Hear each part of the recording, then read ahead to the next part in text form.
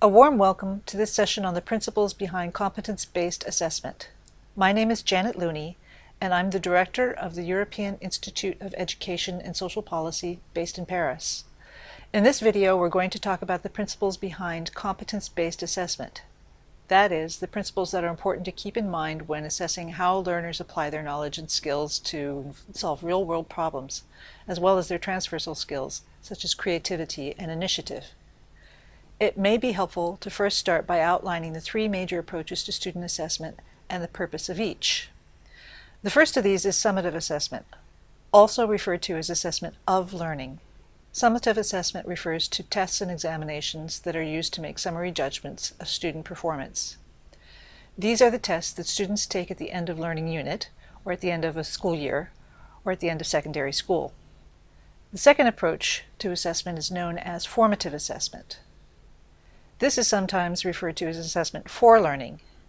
Formative assessment is the kind of real-time assessment teachers use to understand how well learners understand a new concept or are able to apply a new skill and provide the learner with feedback on what they still need to do to meet the learning objective. The teacher may adjust teaching approaches to meet learning needs more effectively. An assessment is considered as formative once the gap has been closed and the student has met the objective.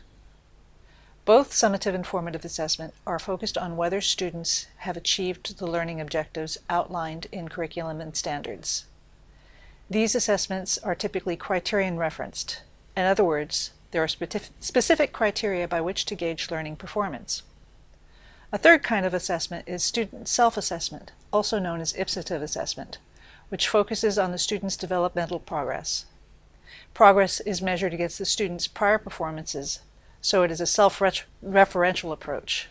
The approach is particularly appropriate for key competences that do not have a predefined learning objective, such as transversal skills of creativity, initiative, or constructive management of feelings. Any assessment, whether summative, formative, or self-assessment, needs to be valid, reliable, and fair. Validity means that the assessment effectively measures what it is intended to measure. Reliability refers to the extent to which assessment is consistent and accurate over time or across a large number of students.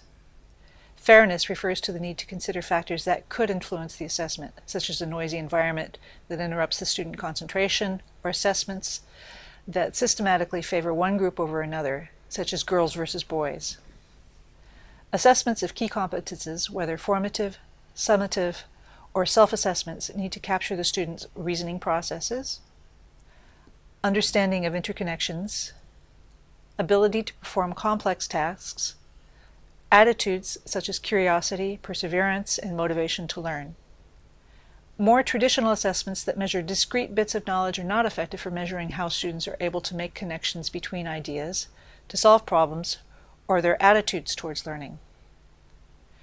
Newer approaches to summative assessment, such as portfolios, ICT-based assessments that can measure the quality of open-ended performances or simulations showing how students carry out complex processes, are more appropriate.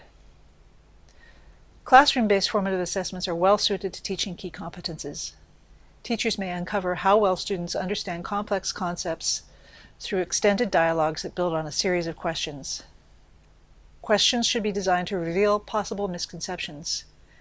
Teachers should avoid yes or no questions or questions that stress recall. They may also provide feedback with specific suggestions on what learners need to do to improve their work and meet learning goals. Feedback may be scaffolded. That is, teachers provide as much or as little information as the student needs to progress to the next steps. These techniques all support the development of higher-order thinking skills. Students may also develop greater autonomy as they learn to assess their own progress towards specific key competence objectives or their personal progress in developing transversal competences such as creativity and initiative. Here, portfolio assessments or other tools that help students to track progress over time are very useful. Any kind of assessment, including summative assessment, will be most effective when based on multiple measures over time. This is because no single test or classroom interaction on one day can really capture what a student is able to do.